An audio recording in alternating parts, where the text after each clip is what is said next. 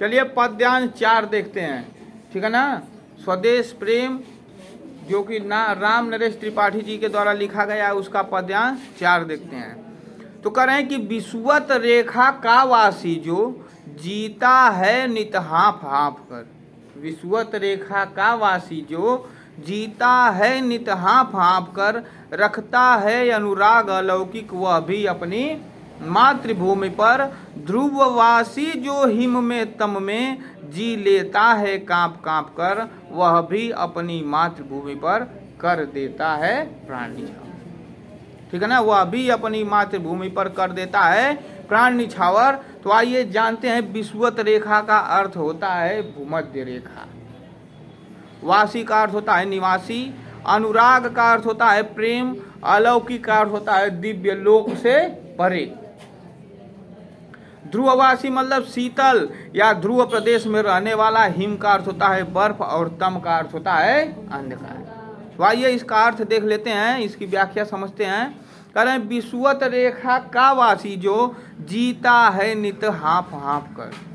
कवि कहते हैं कि हमें अपने देश से असीम प्रेम करना चाहिए, ठीक है ना। असीम का मतलब असीमित होता है, जिसकी कोई सीमा न हो, असीम प्रेम करना चाहिए।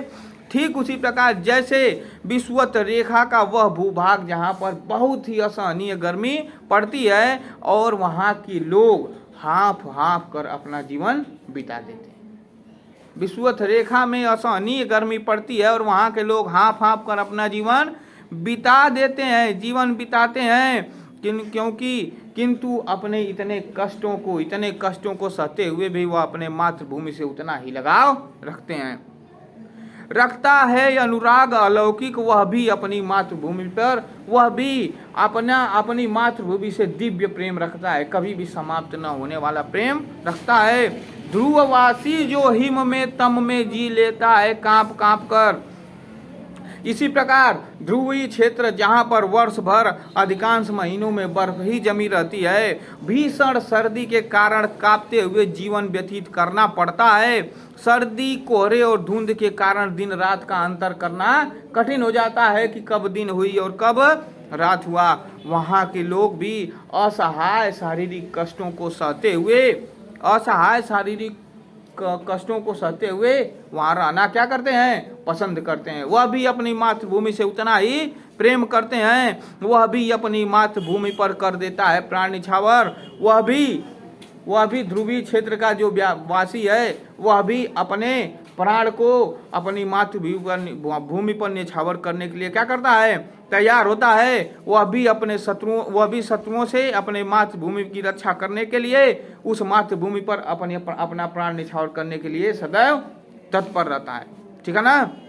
तो हमें अपनी मातृभूमि से असीम प्रेम करना चाहिए, इतना असीमित प्रेम करना चाहिए जिस प्रेम की कभी भी कोई सीमा न हो।